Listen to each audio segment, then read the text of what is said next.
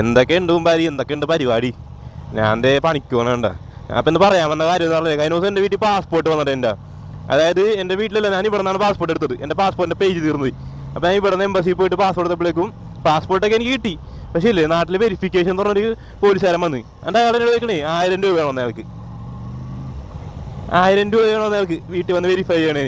അത് വീട്ടിലും വന്നില്ല അയാൾ. ഞാൻ എന്നെ ഫോൺ ചെയ്ത് എന്താ പറയണത്, വെരിഫിക്കേഷനാണ് 1000 രൂപ വേണം. ഞാൻ പറഞ്ഞു വല്ല ഓടിക്കുമെന്ന് പറഞ്ഞു. വാങ്ങാത്തോലി ഇവന്മാർക്ക് ഗവൺമെൻറ് കാശ് കൊടുക്കുന്നുണ്ട്. എന്നിട്ട് ആ ഓരോ ആൾക്കാർ ഇങ്ങനെ കൊടുത്ത് ശീലിച്ചേ ഇവന്മാര് ഇല്ലാത്തവരുടെ വീട്ടിൽ നിന്നിട്ട് 500 ഇപ്പം ഇവന്മാർക്ക് വേണ്ട.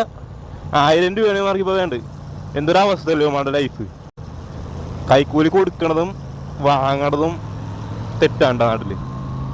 അപ്പം ആരും ഇതേപോലത്തെ കിറുക്കന്മാർക്കൊന്നും പാസ്പോർട്ട് വെരിഫിക്കേഷന് കാശ് കൊടുത്ത് ശീലിപ്പിക്കാണ്ടിരിക്കട്ടെ. ഇവന്മാർ തലയിൽ കയറി തൂറും ആൾക്കാട്ടെ. പിന്നെ ഞാൻ പറഞ്ഞത് മോശമാണ്. പക്ഷേ ഇവന്മാർ ഇപ്പം ഒരാൾ 500 കൊടുത്ത് ഇപ്പം എപ്പോഴും വെരിഫിക്കേഷൻ വരും വേണ്ടല്ല. ഇവന്മാരപ്പം കാശ് ചോദിച്ചു വാങ്ങണേ, മനസ്സിലായി? അപ്പം അവന്മാരുടെ ഒരു അവകാശമായിട്ട് അവന്മാർ കരുതണം. ആൾക്കാർ കൊടുത്തിട്ടാണ്. അപ്പം ശരി, ആരും കൊടുക്കാണ്ടിരിക്കട്ടെ ഇങ്ങനത്തെ കാശൊന്നും.